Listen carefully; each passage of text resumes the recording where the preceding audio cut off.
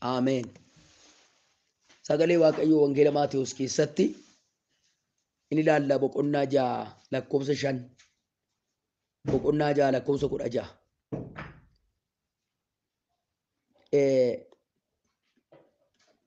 maal jedhaa nama duratti mul'isuudhaaf kadhannaa keessan akka namatti mul'atu hin godhinaa'edha. Nama duratti mul'isuudhaaf jettaniidha. Waan harki keessan mirgaa godhe harki keessan bitaan beekin jedha. Badhaadhummaa keessan waaqa irratti walitti qabadhaa'edha. Iddoo sana nan dubbisa waa'ee kadhannaa ilaallatee waa'ee kennaa ilaallatee wantoota adda addaa dubbata. Ilaa akkas jedha.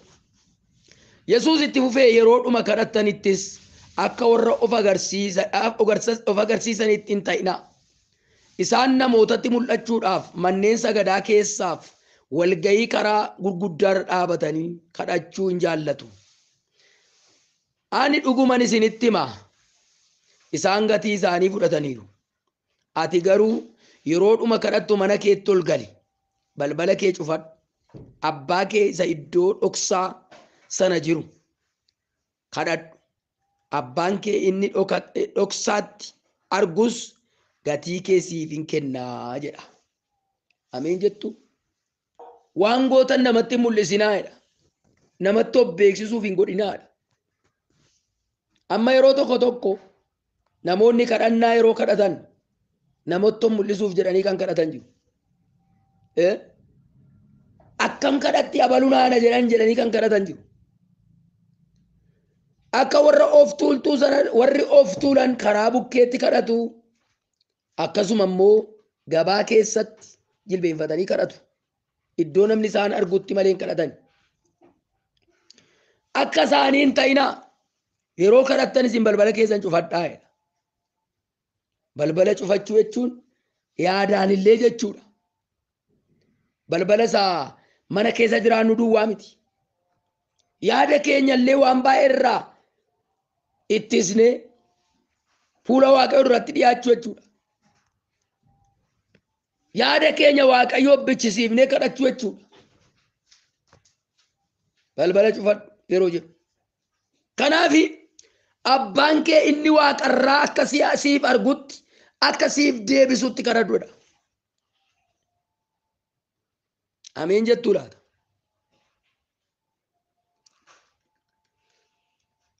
Ilaa dubbadheera yeroo kadhattan namatti of hin mul'isinaadha. Yeroo kennaa kennitan namatti of hin mul'isinaadha. Yeroo soomtan namatti of hin mul'isinaadha. Akkuma Waaqayyo si beekutti waan gootu hundumaa godhi jechuusaati. እግዚአብሔር እንዲያውቀን ብቻ ማድረግ ማለት ነው። ከናፍ ወሪ ኦፍ ሙልሱዳፍ ገባ keessatti iddoo adda addaatti walgayii keessatti godhanii gatii isaanii isaan lafarratti fudhataniiru. Ati garuu abbaan kee inni dhoksaatti si argus gatii kee akka siif kennu waagaa'in hin disat adirgee tsalli ነው. Eewu bira argachuuf jennee fuula Waaqa duratti dhiyaanna yeroo kadhannu Waaqa bira argachuuf gatii keenya Waaqa bira fudhachuuf.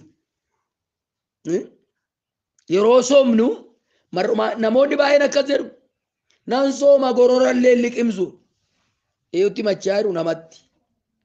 Akkati gororallee liqimsine akkati kadhannaa keessa jirtu Waaqayyo si beeka afaaniin dubbachuu sin barbaachisu. Tokko yeroo kadhannaa kadhannu akka namatti of hin agarsiifne. Lama yeroo kennaa kenninu akka namatti of hin agarsiifne. Namatti mul'achuuf jennee akka hin goone. Sadii yeroo soomaaf sagada seennu fuula namaa duratti of mul'isuudhaaf jennee soomii keenya beeksifachuudhaaf jennee akka nu hin goone sagalee Waaqa jabeessee nu dhorka. Iddoo kana akkas jedha.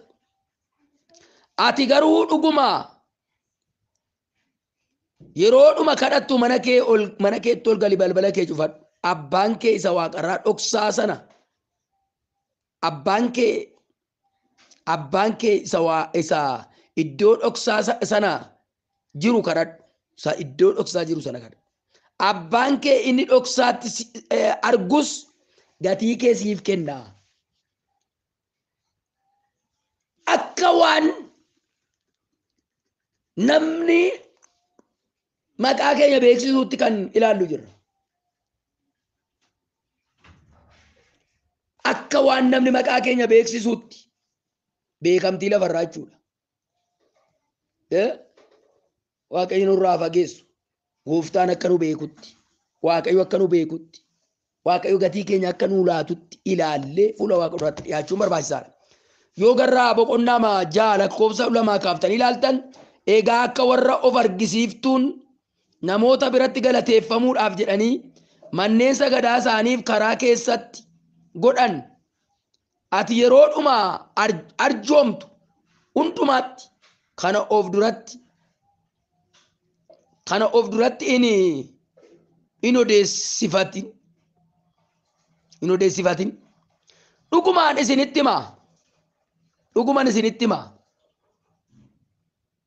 Isaan kun gatii isaanii argataniiru. Warri namatti beeksifatan arjummaa isaanii, ani kanan godhe, ani sanan godhe, ani birrii ammanaan abaluu kenne, ani birrii ammanaan waldaadhaa kenne, ani birrii ammanaan akkas godhe. Hiyyeessota yeroo gargaaran illee jechuudha. Kan baannatan jiru. Kanarraas yaa eegu Waaqayyo. Mee dubbadhu yaa Waaqayyo kanarraa na eegi. Baannachuurraa na eegi. Of mul'isuurraa, of beeksisuurraa na eegi Waaqayyo. Dhugumaan isinitti himaa.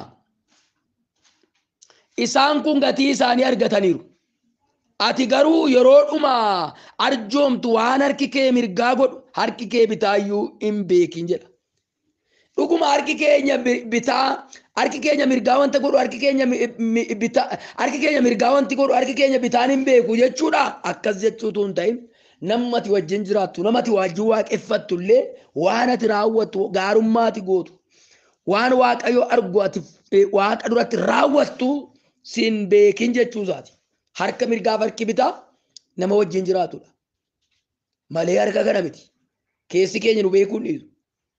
Namni tokko ofii isaa hin gowwoomsu garuu nama lammaffaan akka hin beekne gochuu danda'a. Har'a yeroo waan hamaa godhan dhaloonni hin baannatu. Abaluuf akkasan godhe, abaluuf kanan oole, abaluuf kennaa manaan kenne, akkasuma waldaadhaaf akkasan godhe, waldaa ikeleetiif akkasin godhe, iddoo akkasii gargaarsa iddoo akkasiitiif kanan dhangalaase. Kun maa inni of beeksisuudha. Raasaachiniin maasaa waqnamu. Kennuudhaaf of beeksisuun akka nurra hin jirre.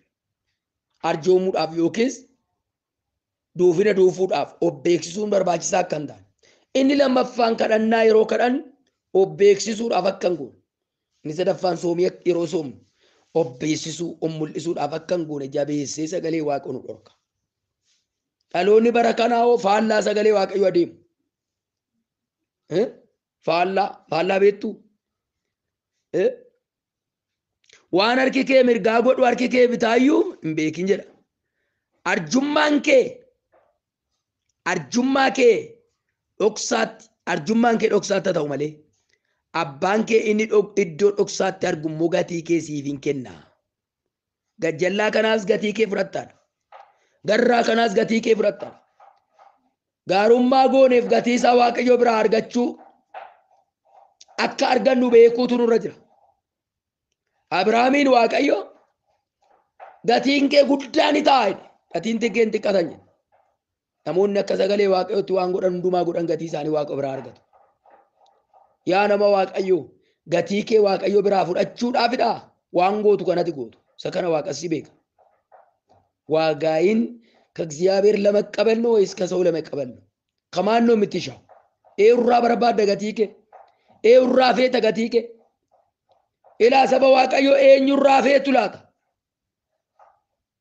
ኤኙራ ፌና ላታ ገቲኬኛ ኤኙራ ፌና ከናፍ ኢኒ ዶክሳቲ ሲቤኩ ኢኒ ዶክሳቲ ሲያርጉ ዋነቲ ዶክሳቲ ጎተ ኢኒ ሲያርጉ ኢኒ ሙልነቲ ገቲኬ አከሲ ከኑ ሰገሌ ዋቀ ዱባታ mul'inatti waan ati dhoksaatti kadhattes mul'inatti siilaata waan ati dhoksaatti laattes mul'inatti siilaata waan ati dhoksaatti fuula isaa duratti dhiyeeffattes mul'inatti sii deebisa ati garuu dhoksaatti akka ati gootudha Afurri waaqoo kan nu ajaju.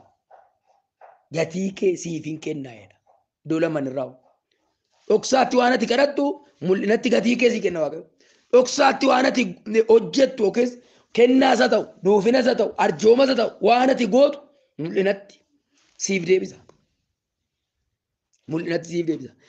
Gara garanaa kana lakkoofsa 16 immoo dhandhee dubbifne Yesuus yeroo dhuma soomtanitti immoo akka warra of argisiiftuu nyaara keessan hin guurinaadha. Isaan soomuu isaanii namootatti akka mul'atutti fuula isaanii hin boosomsu. Fuula isaanii qoncoorsu, fuula isaanii boosomsuudha. Fuula keenya fakkaa goonee dibannee dhiqannee fuula waaqa duratti dhiyaanna malee namni rakkataadha, abaluu akkasii, abaluun soomaa, abaluu marrumaansaa bisheesseetu fuula waaqa dura deddeebi'e akka isaan namoonni nuun jedhanii maqaa keenya dhaan gochuu hin qabnu. Namoonni baay'een mul'isu. Guyyaa 40 kadhatee abaluu godhu. Maaliif isatu baannata? Halkan 40 kadhate. Eewutu dubbate, eewutu odeesse. Situ odeeffate kaa. Akka halkan 40 guyyaa 40 soomte situ odeeffate. Waaqayyo sin beekuu si beeka. Waaqa kadhatta hoo nama kadhatta miti. Fuula waaqayyo duratti argamta hoo fuula namaa duratti argamta miti. Kanaaf abbaa keessa waaqa irraatti miti. Yeroo kadhattanitti maal godhu? Yeroo dhuma soomtanitti immoo akka warra of agarsiiftuu nyaara keessan hin guurinaa. Isaan soomuu isaanii namootatti akka mul'atutti fuula isaanii hin boosomsu. Dhugumaan isinitti himaa isaan gatii isaanii fudhataniiru. Warri fuula isaanii boosomsan, warri fuula isaanii guuran, warri nyaara guuran akka sooman namatti kan agarsiifatan, namatti kan mul'ifatan, namatti kan beeksifatan isaan gatii isaanii argataniiru. Laman jiru jechuudha. Laman jiru. Gatii isaanii argataniiruudha. Ani waggaa baay'een akkasitti ari'atame maaloo kan jedhan jiru. Amma sadhokfatee taa'uu kan hin ari'atamne, kan iddoo hin dhabne, kan hin jibbamne, kan siqaa hin argine. Isaantu baannata. Waama xiqqoo tokko fuudhanii guddaa godhu. Abboonni keenya garuu rakkina guddaa baatanii fuula waaqayyoo duraa gad of qabanii amma afannootti, amma lubbuu laachuutti, amma zayitii danfaa keessa bu'uutti, amma morma laachuutti, amma jireenya ofii aarsaa gochuutti gooftaa duukaa bu'aniiru. Gooftaan ayyaana siifa baay'isu. Kanaaf yeroo soomtan fuula keessan hin boosomsinaa, nyaara keessan hin guurinaa. Ati garuu dhugumaa yeroo dhuma soomtutti mana kee mataa kee dibadhu, fuula kees dhiqadhu. Soomni kee abbaa kee isa wanta dhoksaatti hojjetamu hundumaa argutti malee namoota duratti akka hin mul'anne godhi. Nama duratti of hin mul'isin jedha. Namni maal nuu godha ijoollee? Ani nan soomna guyyaa 50 hun jedhe. Yoon guyyaa 50 soomaani yoon siniin jedhee isinitti madde maal naa gootu? Isa naa godhu fuula duratti soomeera mini? Isa naa hojjetu isa naa raawwatu fuula duratti soomeera. Mar'uma namoonni baannatan immoo sirrii miti hin sobnu. Waan hin gooneera. Namoonni amantii isaanii baannatan ani nama akkasiiti. Ani koo bara akkasiin ari'atame. Ani koo waan akkasiin dabarse warri jedhanii baannatan baay'een isaanii dubbii dhugaa miti. Jiru warri bulanii ka'anii waa'ee isaanii baannatan. Nuyi biyya lafaarra kan nuyi kaa'amneef dhugaa wangeelaa, dhugaa waaqayyoo, dhugaa Kiristoos Iyyasuus isanni biyya lafaarratti gatii guddaa baasee darbe mul'isuun malee of mul'isuun miti. Raasaachiniin lama gilata adalla. Innuu yeroo isaarratti isa dhoksaatti ati gootee ofuma isaatiin mul'isa. Yoo ati mul'isuu baatte, yoo ati beeksisuu baatte, yoo ati waan hojjette gatii baafte, ana gatii akkasiin baase jechuu baatte iyyuu namoonni gatii nama baay'isanii innoon beeku namaan jedhanis jiru. Intala tokkotu akkas goote yeroo tokko nan kadhadhaaf nan rakkadhe maaloo naa kadhadhu nan kadhadheef ammas lammata nan kadhadheef ammas uftee naa kadhadhu maaloo jette nan kadhadheef innaan namootaan innoo gowwaadhaam akkuma namni jedhetti namaa kadhata malee akka galgaa'ota warra kaanii miti innoo gowwaadha gowwaa akkuma gowwaa wayiitti kan nama laalan jiru. Yoo ati gaarummaa goote akka gowwaatti kan nama laalan jiru. Akka nama waan beeknetti kan nama laalan jiru. Garuu ati gochi kee, raawwiin kee, adeemsi kee waan ati gootu hundumtiyyuu fuula Waaqayyoo duratti kan mul'atu ta'uu qaba malee isa namni siin jedhu miti. Waan namni sirratti yaadu miti. Yaaduu danda'a namni gowwaadha siin jechuu danda'a. Waan gaarii yeroo hundumaa waan ati gootuuf beekumsa hin qabu siin jechuu danda'a. Gowwaadha siin jechuu danda'a. Waan beeku siin jechuu danda'a.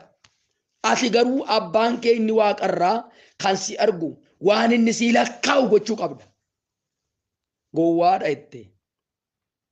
Barreen gaddaas kadhachiifadheera kana naan hin jenne baranas kadhachiifadheera yeroo darbees kadhachiifadheera yeroo akkasii waan akkasii rakkadhee kadhachiifadhe yeroo tokko immoo dhukkubsadhee kadhachiifadhe yeroo tokko maatii koofan kadhachiifadhe yeroo hundumaa na kadhachiisa inni gowwaadha isa bira dhaqi inni gowwaadha waa tokko hin beeku jette.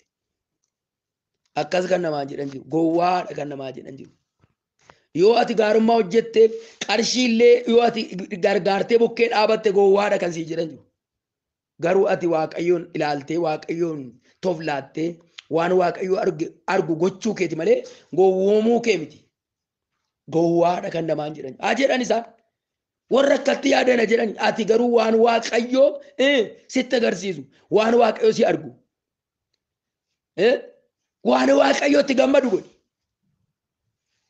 Kadhannaa kee keessatti, kennaa kee keessatti, sooma kee keessatti, gocha kee keessatti, adeemsa kee keessatti waan Waaqayyootti gammadu gochuu gaariidha.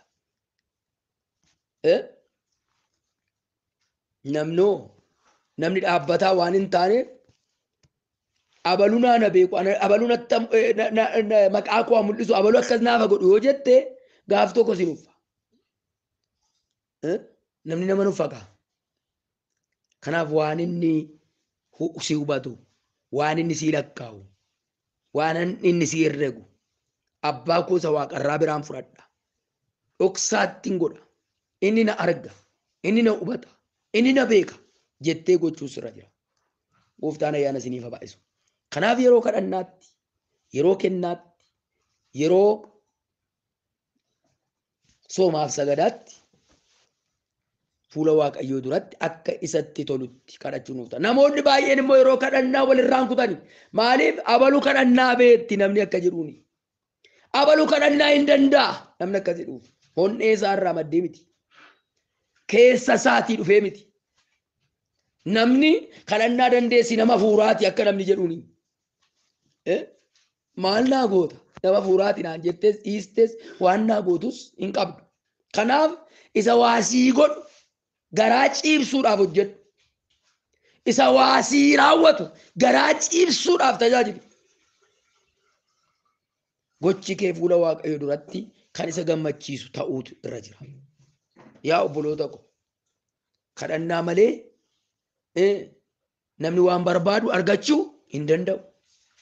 ያለ ጸሎት ሰው የልቡን መሻት ማግኘት አይችልም። ፍላጎቱን መቀበል አይችልም።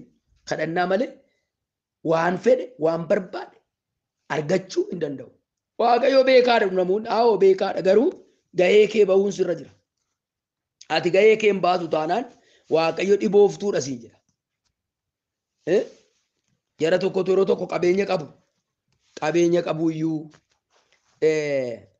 karaa deemu abbaa manaa fi haadha manaati. Kadhataa tokkotu in kadhata baay'ee kadhata baay'ee maaloo sila Yesuus na biraan darbinaa jedha. Na biraan darbinaa sila Yesuus jedha jennaani እግዚአብሔር ይስጥልን jedhanii bira darban. Waaqayyo siifa kennu jedhanii bira darban. Waaqayyo kennuu wallaalee waan sirraa barbaadamu sana gochuudha malee ati. Maaltu sirraa barbaadama qabda kiisii kee keessa jira. Waan gochuu dandeessu hin dandeessa. Waan gochuu dandeessu dhiiftee, waan raawwachuu dandeessu dhiiftee, hojii gaarummaa raawwachuu dandeessu dhiiftee, Waaqayyoon yoo itti dabarsite ta'e Waaqayyo isa kana waan godhu qabu. Waaqayyo siifa kennu. Wallaaleen Waaqayyoon gorsinaa nuyi. Ofii kennuudha malee Waaqayyo siifa kennu jechuun nuun baasu. Seera Waaqayyoon nun guuchisiisu.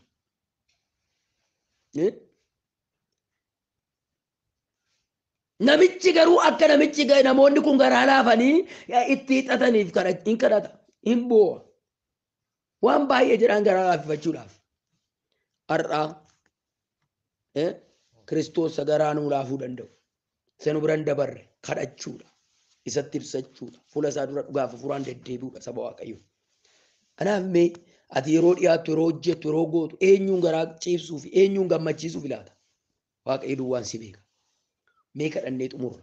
Kadhadhaa isiniif kennama. Barbaadaa hin argattu. Balbala rukutaa isiniif banamaadha sagalee Waaqayyoo. Saalliyuu ilaala.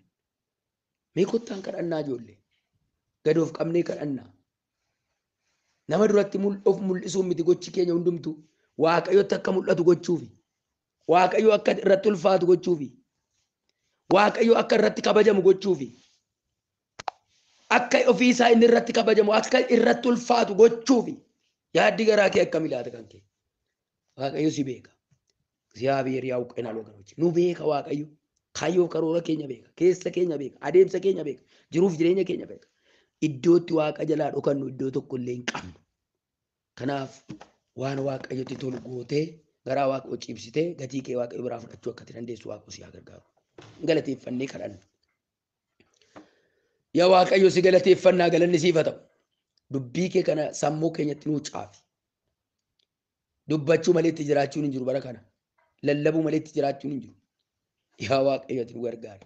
Warra itti jiraatan nu taasisi. Yaa Waaqayyo namni baay'een anumaan qabatee dubbii keetti jiraachuutti dudduubatti hafnee jirra. Akka sagalee keetti deddeebi'utti dudduubatti hafnee jirra. Warra dudduubatti hafanii gatiin isaanii jalaa bade akka nu hin taaneef maqaa Yesuusiin sagalee keetti jiraachuu nu dandeessisi. Ayyaana kee nu baasi. Ayyaana keetti waan hundumaa kan godhu. Inni ayyaana kee namarraa sassaabu. Inni ulfina kee namarraa sassaabu. Inni eebba kee namarraa sassaabu. Akka namni gatii isaa Waaqa biraan arganne kan godhu. Hafuurri bilook nama godhu. Hafuurri karaatti nama hambisuu barbaadu. Akka namni ofiimu kan barbaadu. Akka namni ayyaana Waaqoo keessaa bu'u kan barbaadu. Maqaa Yesuusiin waraanamu. Jedhaa ifadhaaf irraa.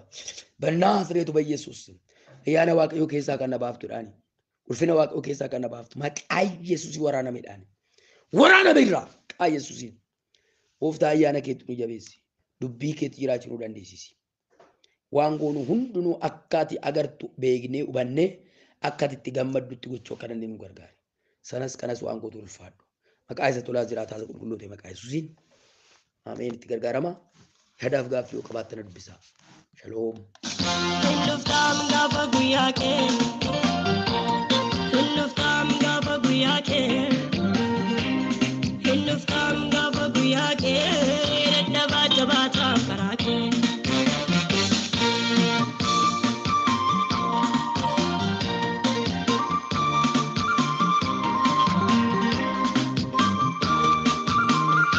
Low battery, please charge.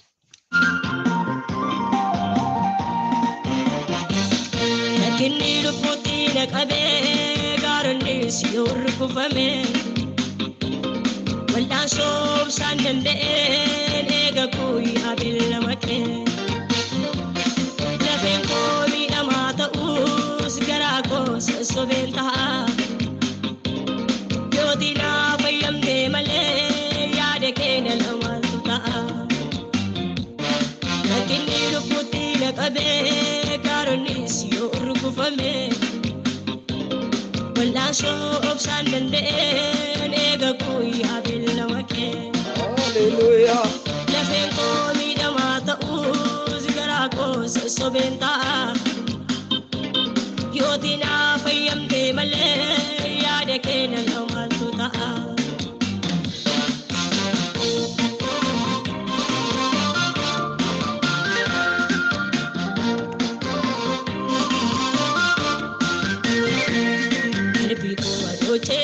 Say you want the beef to get in. I see of the Tegare Kailalu in Taudamada. Asaga Sani Patasu Gamachunambata. Snake and Jesus Koba Koba Tete Atone Areta. Oh hallelujah. Wadoche yore dabsi se yu anti biftu gadi. Biftu gadi. Si abdate gare ke ilalu inta ulama gadi. Ulama gadi. Mimman asaga sanyi facasu gammachuna mata. Gammachuna mata. Segan Yesus koba koba tatte atole alta. Atole alta.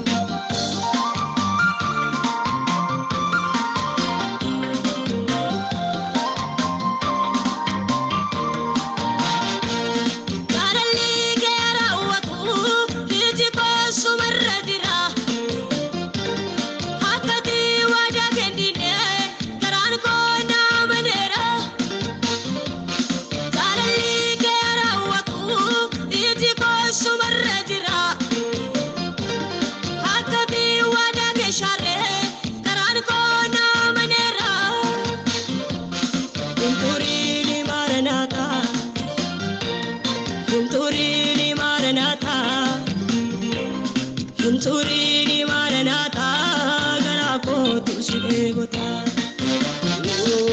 Turini maranata, Turini maranata, Turini maranata garako tusidegota. Turini maranata, Turini maranata. Turini maranata garako tusi jallata. Turini maranata, Turini maranata, Turini maranata garako tusi jallata.